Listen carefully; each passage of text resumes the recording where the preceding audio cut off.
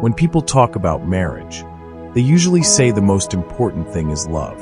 Some say communication, others say trust, some say money, some say compatibility. And while all of those matter, there is something deeper, something quieter, something that determines whether love survives the hard days. Because here's the truth most people don't talk about. Love is powerful, but love alone doesn't hold a marriage together. Today, we're talking about the most important thing in marriage, and it's not what you think. The most important thing is commitment.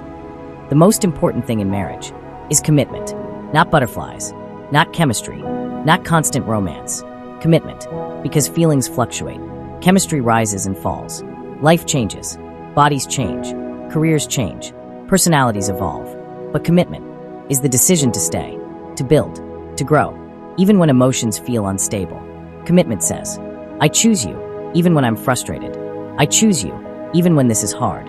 I choose us, even when I don't feel the spark. And that choice creates stability. 1. Love is powerful, but love alone is not enough. Montage. Couple laughing later, arguing later, reconciling. You can deeply love someone and still struggle in marriage. Some days you'll feel connected. Other days you'll feel irritated. Sometimes you'll feel misunderstood. Sometimes you'll feel lonely, even in the same house. If marriage depends only on how you feel, it becomes fragile. Imagine building a house on shifting sand.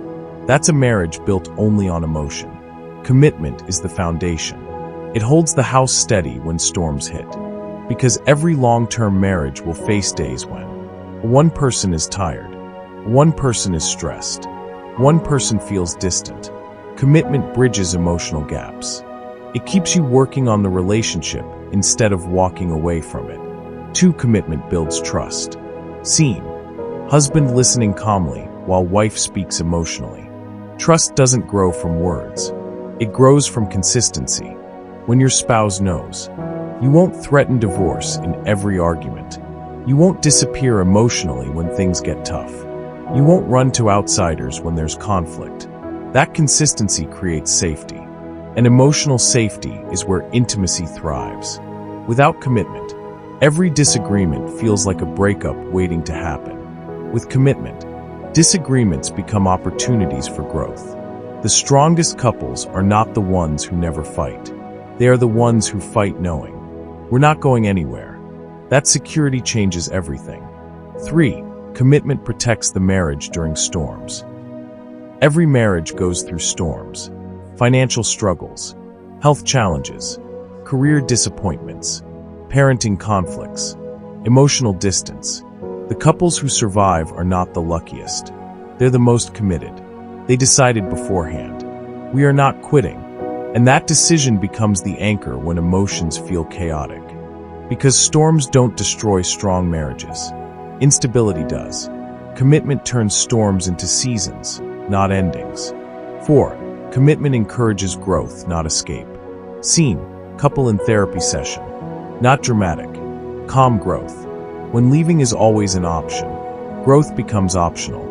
But when you're committed, you mature. Instead of saying, maybe I married the wrong person, you ask, what can we improve? What do I need to work on? How can we rebuild? Commitment shifts the mindset from escape to evolution. And here's something many don't like to hear. Sometimes the problem isn't your partner. Sometimes it's pride, unhealed wounds, poor communication habits.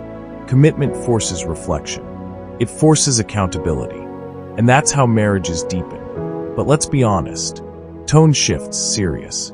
Commitment does not mean tolerating abuse. It does not mean accepting chronic disrespect. It does not mean enduring repeated betrayal without repentance. Healthy commitment is mutual. Both partners must value the marriage. One person cannot carry the weight forever. Commitment is powerful, but it must be paired with respect, effort, and growth. How to strengthen commitment. Practical section. Let's get practical. 1. Speak long-term language. Stop saying, if this doesn't work. Start saying, how do we make this work? Language shapes mindset. 2. Protect your marriage from outsiders. Don't let friends, co-workers, or family become emotional replacements. Protect intimacy. 3. Resolve conflict, don't avoid it. Avoidance slowly erodes commitment. Deal with issues respectfully. 4. Choose each other daily. Commitment isn't just a wedding vow. It's daily. Checking in emotionally. Showing appreciation. Listening intentionally. Small actions build strong foundations. Slow sunset shot.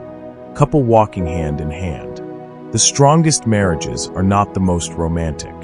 They are the most intentional. They are built by two imperfect people who keep choosing each other repeatedly, even after disappointment, even after misunderstandings, even after seasons of distance.